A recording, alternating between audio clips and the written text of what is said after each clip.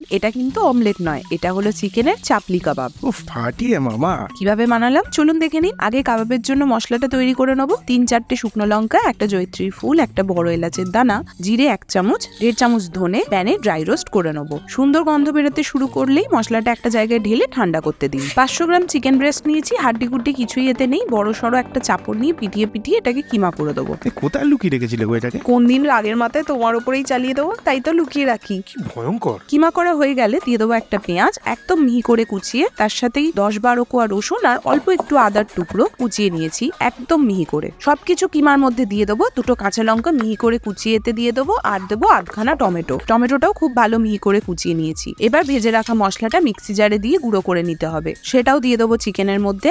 দেবো একটা বড় ডিম, এটা চিকেনের কাবাবটাকে সফট রাখবে। স্বাদ মতো নুন দিয়ে মিশ্রণটা ভালো করে মেখে নেবো। দিয়ে দেবো অল্প একটু বেসন বাইন্ডিং এর জন্য। এবার একটা বড় সাইজের টমেটো নিয়ে গোল গোল স্লাইস করে কেটে নেবো। এবার কাবাব বানানোটা দেখাবো, ভালো করে দেখুন। একটা কাঁচের প্লেটে প্রথমেই আমি একটু সাদা তেল মাখিয়ে নিয়েছি। এবার চিকেনের মিশ্রণটা প্লেটে ছড়িয়ে গোল গোল করে শেপ দিয়ে দেবো। হাত দিয়ে একটু চেপে চেপেই কাজটা হয়ে যাবে। মাঝখানে একটা টমেটো স্লাইস একটু চেপে বসিয়ে দেবো। এবার চাপলি কাবাবটা নিয়ে খুব সাবধানে তেলে ছেড়ে দেবো। আঁচটা মিডিয়াম রাখবো যাতে ভেতর পর্যন্ত ভালো করে ভাজা হয়ে যায়। এক পিঠ ভাজা হলেই খুব সাবধানে এটাকে উল্টে দিতে হবে। দুদিক গোল্ডেন করে ভেজে তুলে নিলেই আমাদের চাপলি কাবাব রেডি। এবার পছন্দসই ডিপ না হলে গ্রিন চাটনি দিয়ে সার্ভ করুন।